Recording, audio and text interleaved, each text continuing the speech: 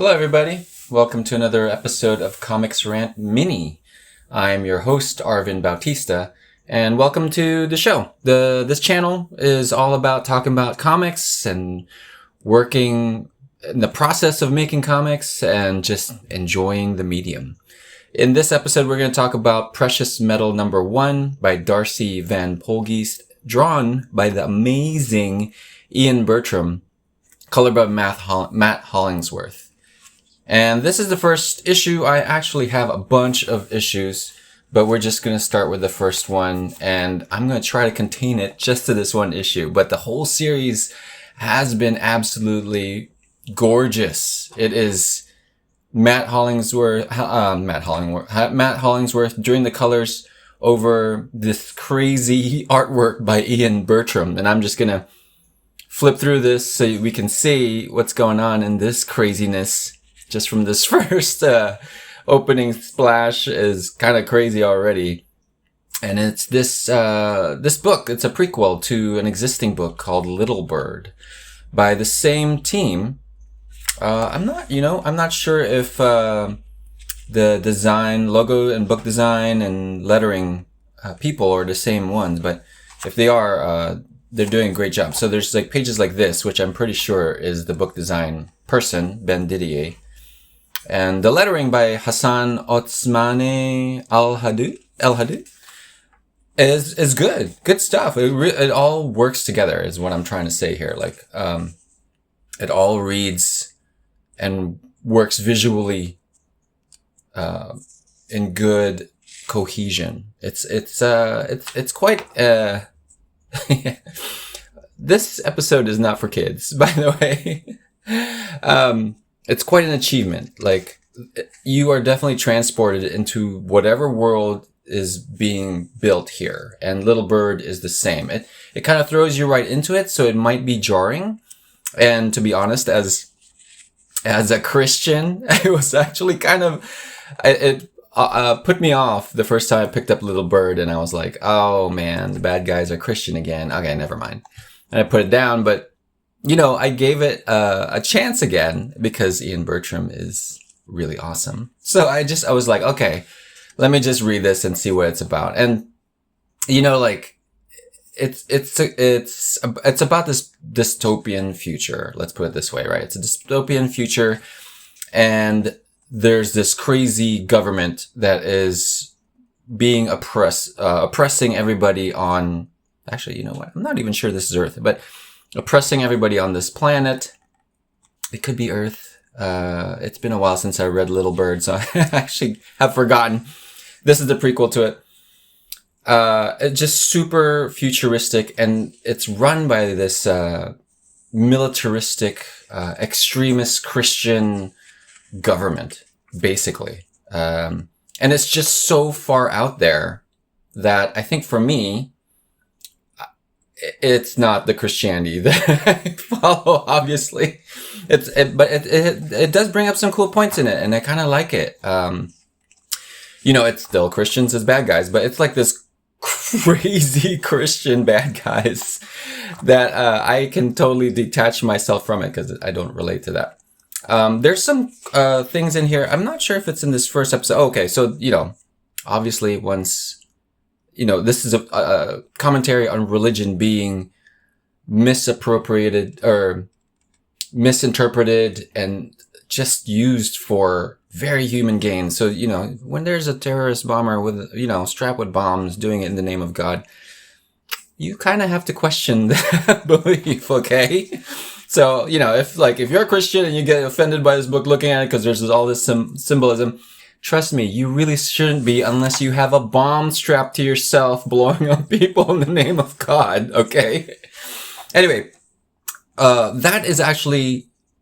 The other cool thing about Little Bird in this universe is, while that is the antagonist, right? Like this crazy, extremist, religious, fanatical sect, it is kind of not what is the ultimate story about. Like it's not quite about... I mean, it is there, obviously, but it's almost like any kind of totalitarian government. You really don't want that. But then it kind of like focuses in on some of the characters and some of the dynamics going on. I'm not even sure it even brings up the gray area with people of faith in it. Like, it doesn't seem to be that kind of story. Maybe I should read it again, but it's kind of like this guy trying to find, well, maybe it is that story, trying to find redemption, saving this kid. And that's it. Like, right. That's the simple premise of all this. All these factions want this kid, almost like the golden child kind of thing. You know, we got some crazy imagery here, like, you know, this multi-faced, crown of thorns, multi-limbed, like, bloody, eyeball-y, like, everything-y, creature that has, like, these biblical imagery, but is kind of detached from it. Well, in a sense. So, I don't know if you guys have watched, Evangelion or anything like that. Like, the creator that admitted, you know, he didn't really know much about Christianity, so he wasn't really making a big statement about it. He just loved the imagery and the symbolism. So that's why you kind of have, spoilers, demons versus angels, but it's kind of like this super crazy science, demons, angels, robots thing. Oh, I just flipped through the whole book, but it's okay. So there is a spoiler because I just reached the end of this book. But this series visually gets out of control with every issue. Ian Bertram is like, oh, sorry, I'm ranting. Let me finish that thought, about Evangelion. But it's kind of like the super science, like, and just working off of Christian images and, you know, if that offends you, you know, that might be problematic. Maybe you should watch a different channel. I'm not trying to kick you out. It's just, you know, this video might just tick you off, so I don't want to do that. But Evangelion this book kind of reminds me of those concepts. It's a little bit more rooted because it does pull like biblical verses and all that kind of stuff. But I feel like it's kind of detached and rooted in different things aside from Christianity that I'm kind of okay with it. Except this guy gets turned into a crucifix meat sausage. Yeah, not funny.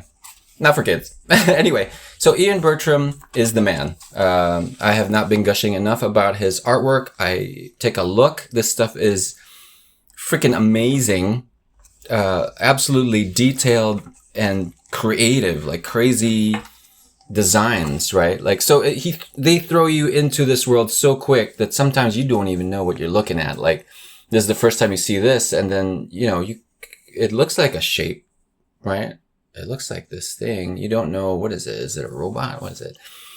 And so it just kind of does that. But once you soak it in, you know, and then, you know, there's a big reveal. It's a boy. And then it's this crazy telekinetic boy. Boom. And stuff happens. And it doesn't apologize for it. You just, all right, catch up, buddy, and then figure it out. And Little Bird is the same as well. But once you do, definitely with Little Bird, like once I kind of got over a lot of things that were going on, or started understanding how things were going to play out. Like, I absolutely enjoyed those books. And this series has won a lot of awards. And, you know, Bertram is definitely one of the reasons here. I love how he does this smoke. It's kind of very, like you can touch it, right? It's not so wispy. It's like this crazy graphic thing, but he just also hatches everything about smoke. So there's more of that throughout the series in each of these issues, that this is hardly a spoiler. This is like him being tame, which is crazy, right? Like usually the first issue is when an artist like gives it his all, and this certainly looks like that. He gave it his all, so I'm like, I don't know how he's going to keep it up.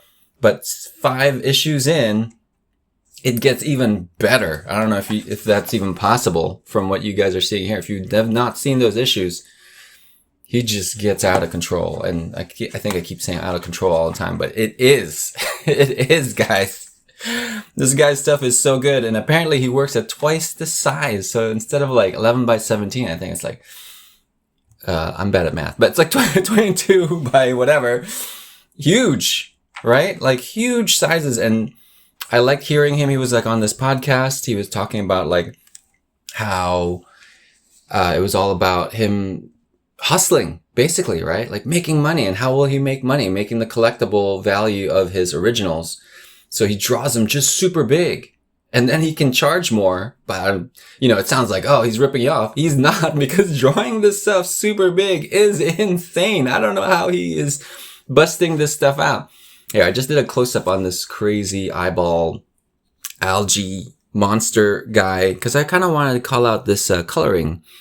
Matt Hollingsworth coloring is super complementary to Bertram's art. I don't know how he's doing it, and I usually have issues with colorists, modern colorists, kind of burying the artist's detail.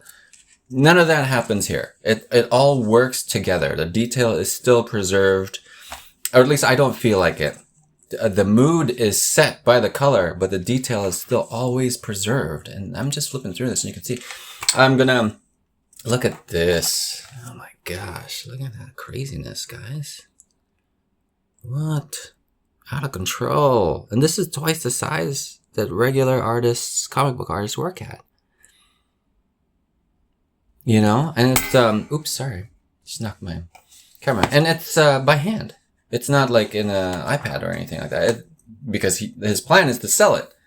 I think he could work on an iPad, but I remember on that podcast he was saying the idea was to sell the originals and make money.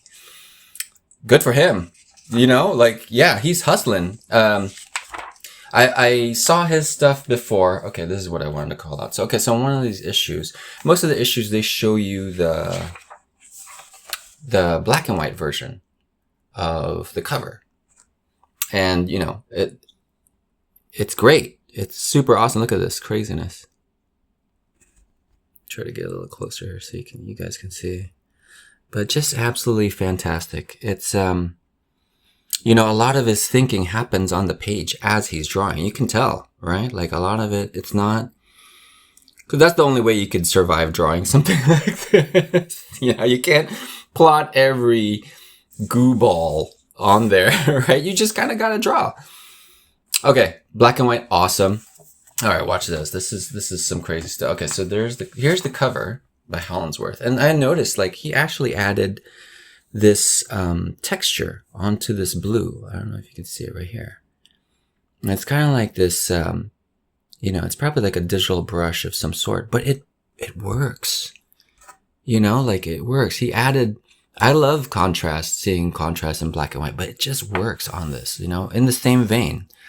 It has its own life that doesn't take away from what this is, right? As a black and white junkie, I love this. Right. But this is great. Like, this coloring is just enough to bring out, the details of these butterflies that are lost. This is like a crazy Jeff Darrow, adult coloring book. But, Bertram, I love this stuff. I think I saw him do a fill-in issue, on Batman Eternal, or was it Batman or Robin Eternal? It's random. I was bargain hunting, digging through bins, and I saw his issue. He never drew another one, I think, because, it takes a while. But that was the issue that I had to buy, and I got that cheap, and it was so awesome. That was the first time I saw his stuff. I think I've seen it in other things, but this is his series that I'm just like, yeah, I'm glad that he went all in with Darcy Van Poelgeest to make their own book. It is absolutely stunning, phenomenal work. Very inspiring to me. This is the kind of stuff I like. Well, I don't know about the dangling eyeballs, but but like the artwork is just so good. It just grabs you by the throat. Everything is so exquisitely done, detailed, and there's not a moment that he lets up. And I think it's done. It's like 6 issues, and there is not a moment that he lets up in any of these pages. Look at this craziness. It's got this Mobius nutty color. It's so good, guys. yeah, this is like the most inane episode because I'm just going, it's so good, guys. Anyway, and the writing, it might take you a while to kind of grasp what things are going on, but it does actually all connect and make sense. I remember I was having a hard time trying to remember who was what was going on, where people were going, who this person was.